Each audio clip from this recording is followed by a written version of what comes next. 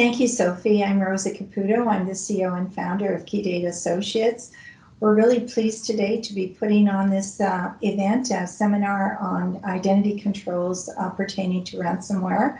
My background is basically I've been in security most of my career, and since 2005, leading KeyData in the area of identity and access management. Brian, would you like to introduce yourself? Yes, thank you, Rosa. My name is Brian Reed. I'm the CTO at KeyData, and my background has been in identity for about the last 15 years as a implementer, designer, and architect. And my current role at KeyData has me as the CTO, so I'm the chief technical resource for all of our different identity projects on the go at KeyData. So happy to come and speak to you about ransomware today on that path. Thank you, Brian. I've got two very brief slides on KeyData for those of you that have not worked with us in the past. So KeyData is a fully Canadian company, and all our employees are basically here in Canada. We focus on identity and access management, as well as privilege access management and consumer identity and access management. And we do that in the context of both on-prem and cloud as well. So we've been doing a fair bit of work on cloud security as it relates to protecting your assets, your entitlements, and your specialized users on the cloud applications. So we are we have been founded in 2005, and we're recognized by Gartner as being a North American leader in the identity and access management space. The technologies we work with include SailPoint, CyberArk, Azure, Okta, Ping, ForgeRock. These are some of the products that we do a lot of work with, but we're a full services provider, so we're not really a technology company. We're a consulting, advisory, system integration services company. We also provide managed services to our customers. Yeah, that's just an example of the services we provide. We do have a long-term contract with the federal government with shared services pertaining to PAM with some IAM in there as well. But our focus is on critical infrastructure industries, and we service all of them across Canada. We do have quite a presence in federal, provincial, and local governments as well, and we're actively engaged in all three government levels as we speak. Ryan, I'll turn it over to you. Thank you, Rosa. Just one note before we begin our presentation again on KeyData. We were privileged to be granted a contract to deploy privileged access management for the Government of Canada through shared services. So we've been heavily involved in this project and have pretty deep insight into different aspects of how the federal government, at least, is moving towards various types of identity initiatives. So we're focused on privileged access management specifically with our federal government contract. But of course, we have lots of insight into the other levels of government, as Rosa said, and other aspects of identity, even at the federal government level. We can talk about this vehicle as time permits. If you are involved in federal government, if you can procure things through federal government channels, this might be of interest to those attendees that want to improve their identity and access management infrastructure, their identity controls. This is a fantastic vehicle for doing that. It's pre-competed, pre-negotiated, very simple to procure. So I'll move on to my presentation. What I'm going to talk about today is essentially the role of identity and access management in establishing controls against ransomware. So the way I like to approach that topic is basically, first of all, establishing ransomware as an evolving threat. Then exploring the different ways that identity can help prevent ransomware. I'll cover that off in the middle of my thesis, and then I will talk about 2 tips that you can take away today to re-energize your IAM program and in the process help you prepare for a ransomware incident.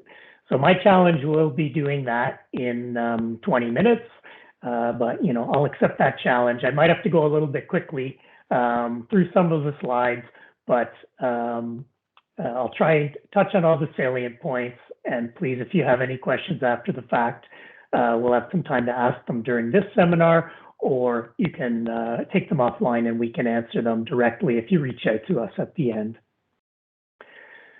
So defining ransomware as a threat, this used to be a really long portion of the presentation if I went back 5 years.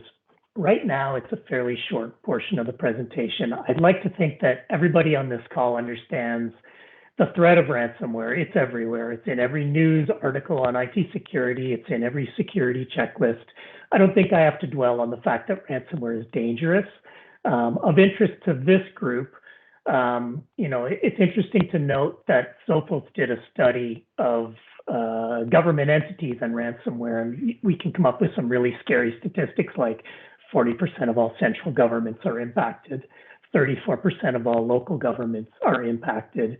The cost of a breach, central government breach, those types of things, very, very scary. I don't really want to dwell on them because I don't think anybody needs to be scared any further about ransomware. It should be top of mind for everyone from CISO to the technical administrator. Of interest here that we'll touch on again is, 13% of central governments attacked said their data was not encrypted, but they were held for ransom anyways. So that just drives home the fact that ransomware is evolving. It doesn't always involve the traditional encrypt somebody's desktop and then charge them $200 to decrypt it. Those are kind of the old Gen 1 level of ransomware attacks. Encryption doesn't always have to factor in now, and there's lots of different ways that organizations are being extorted in this day and age. Again, ransomware is much more scary than it was 5 years ago. I don't want to spend 20 minutes on this slide, but I will just highlight why this is the sort of the critical juncture of a lot of different things conspiring to make ransomware a really dangerous threat right now. Threat actors are more well funded than they've ever been. It's no longer just individuals and opportunists that are contributing to ransomware. These are well-funded organizations, organized crime for the most part, offering ransomware as a service. There's service providers in this industry. It's a whole IT segment. It's a whole IT industry, criminal industry right now. The threat environment's gotten a lot more broad due to, sort of discourse over COVID and US politics is generating a lot of social engineering opportunities, and rapid deployment of work from home has created some, unformed security controls and extra opportunities for ransomware to attack through home network users. The attack methods are getting a lot more sophisticated. It's no longer, just automation. 5 years ago, again, it would have been just a malware that's gotten into your network and has encrypted some things. And as long as you can stop malware, which is fairly, more straightforward, not easy, it's more straightforward, you can stop ransomware. That's not the case anymore. Now it's quite often human-operated ransomware, meaning these are human beings that are breaking into your network and extorting you, not just malware, which is, again, difficult to prevent, but not impossible. Very, very difficult to prevent malware that's being operated by a human being making intelligent decisions. And again, the ransomware scenarios are getting more advanced too. It's not just, provide these Bitcoins and you'll get a key to unlock this desktop. There's more sophisticated ways of attacking an organization and ransoming them, including, we've got your data, we're going to release your data unless you pay us a ransom through this X covert channel. That's difficult to work around. If somebody has your data and they're threatening to release it, there's not a lot of technical controls you can do at that point, and you're into a recovery operation. Not going to be talking about general controls over ransomware. You know, the obvious steps, if you contact an organization like Mandiant, they're experts in preparing and recovering from ransomware. You know, they would tell you prepare specifically your controls, prepare for the ransomware that is undoubtedly going to appear on your network at some point. You need legal representation. You need to prepare how you're going to recover with a recovery organization. You know, there's checklists that you can follow to get you to the point that you feel you're at least prepared at a high level for what's about to happen. We're not going to talk about those broader checklists. We're here specifically to talk about identity. And if I can say, you know, quote from the Verizon data breach report of last year, 80% of hacking-related breaches and ransomware are caused by identity mishaps, essentially, mostly around passwords, but other identity mishaps as well. So it'd be a great start in your preparedness phase to be able to mitigate those 80%. You know, if I can oversimplify that quote, and that's what we're here to talk about today, that 80% that can be prevented by identity controls. So let's zero in on that a little bit. You know, identity is the most important control within your organization. So, you know, I won't dwell on that too much. We do whole presentations, you know, inviting CISOs to entertain the opportunity, to entertain the idea that identity is the #1 control that they should be focused on. Lots of reasons for that, you know, lots of governance reasons, lots of operational efficiency reasons from the top down. But, you know, that's our opinion for sure, that identity is the best area of focus, the best bang for your buck. More specifically, in terms of preparing for ransomware, I'm just going to introduce 3 concepts today, 3 takeaways of focuses of identity controls that can be used to prevent ransomware. #1, multi-factor passwordless authentication and conditional access. So preventing through multi-factor authentication all sorts of different threats, including ransomware, has been something that was, you know, fairly not widespread 7 years ago. Now I would hope that everybody on this call has an MFA initiative underway or completed, and you've gotten through the first phase of your MFA deployment, which is traditionally at the first point of contact. We'd be talking about desktop MFA, VPN gateway MFA, web portal MFA, if that's how users are gaining access to your resources. Those should be deployed and essentially should be already done. So if you haven't done this yet, you know, you might want to drop off the call and start working on that. I mean, I'm exaggerating a little bit, but MFA to, you know, as a first step in preventing ransomware, but of course it does so much more. You know, MFA at the gateway is great, but what you really need to evolve to is MFA, you know, everywhere all the time, essentially, your crown jewel workflows. Once people have gotten past that first level of MFA, are they challenged when they attempt to access your crown jewels? Just to use one example, are your admins challenged repeatedly as they attempt to do privileged access? Are your legacy applications that aren't so easy to MFA enable, are they covered? This is the next stage of MFA that you need to get to. Passwordless technologies can help with that, especially when you're providing that second factor of authentication or multiple factor of authentication. You know, preferably one of those shouldn't be password on a day-to-day basis, but, you know, we're all trying to get there. Conditional access, again, is another thing that you should be focused on. The ability to include location of a user, advanced statistics like advanced parameters like the status of their connection, the status of their device, you know, their geographic location. These are all things you should be taking into account when you're authenticating users. And the more of those that you can take into account, the better. And again, we're not here to talk about zero trust, but these are all steps on the journey towards zero trust. And along the way, guess what? You make it much more difficult for ransomware to get that initial foothold. Apologies to everyone that wasn't able to join in. I'm hoping we've resolved that technical difficulty and we've got everybody in right now. So the second identity related control I want to talk about is least privilege access.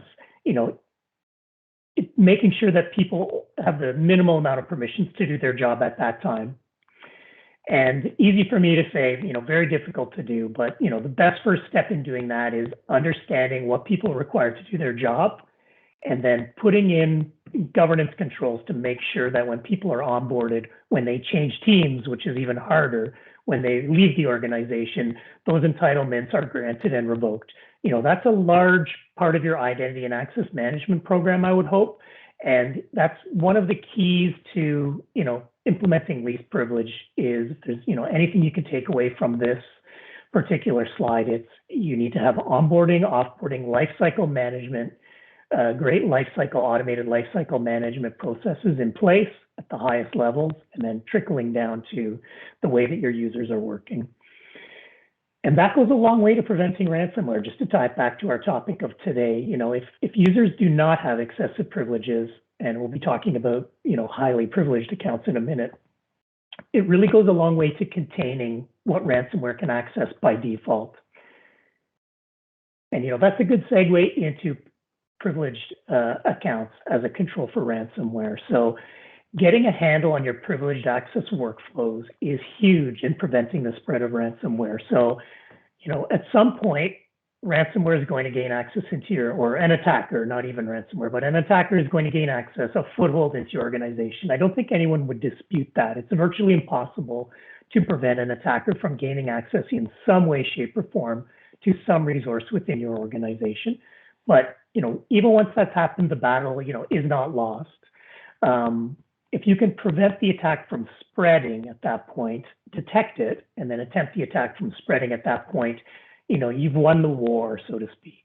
So that's critical for ransomware. So a lot of times the way that ransomware spreads is through these privileged accounts.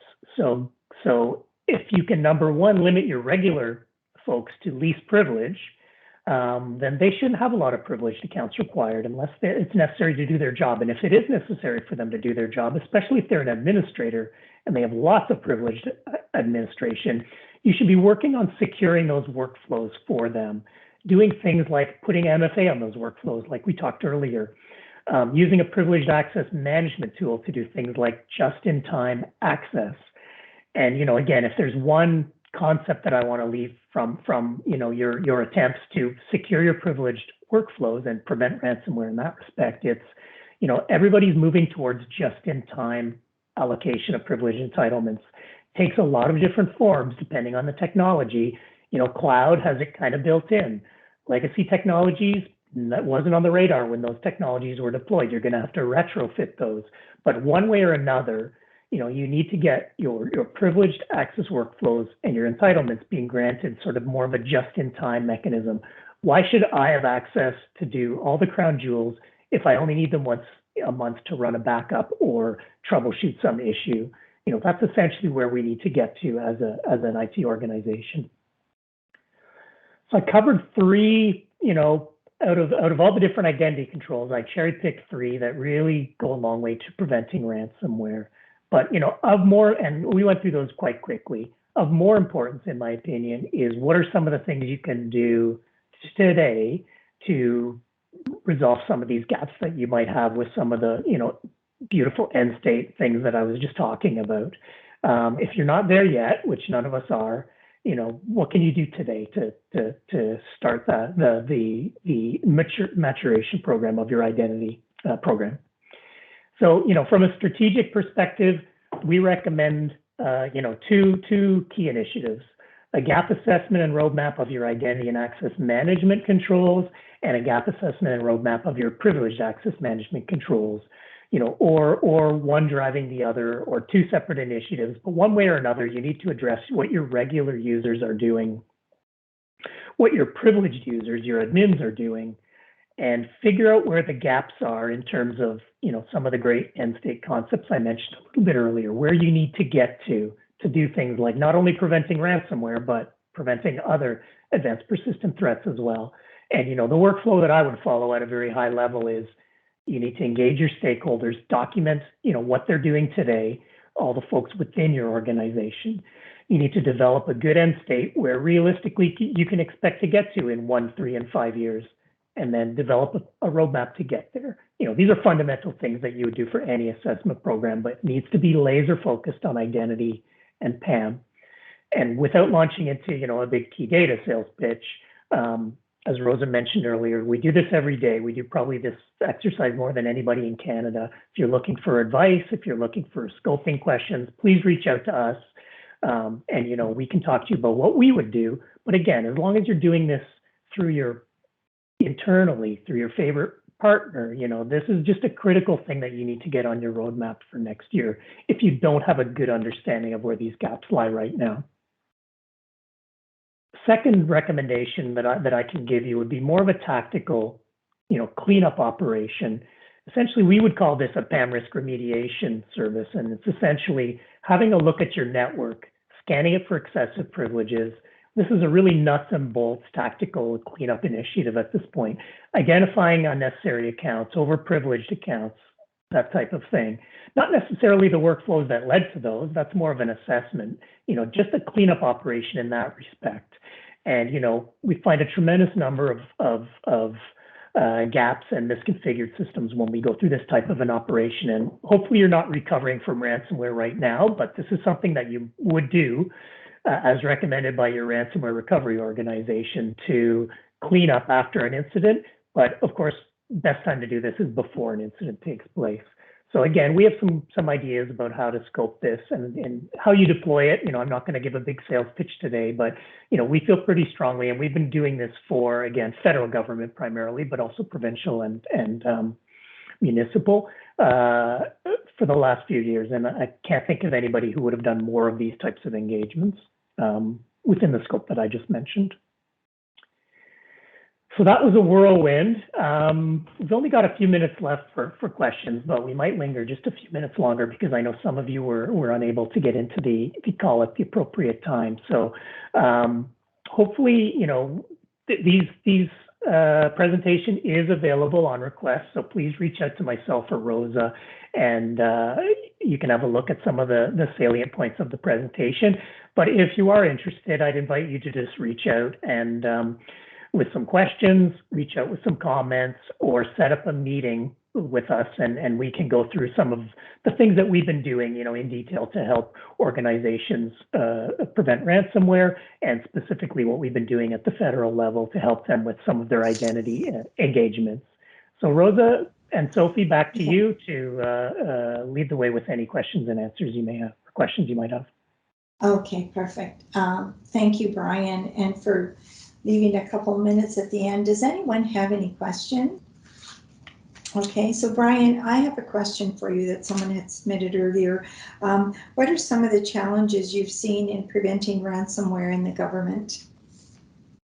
Yeah, that's a great question, and a broad question, I should say.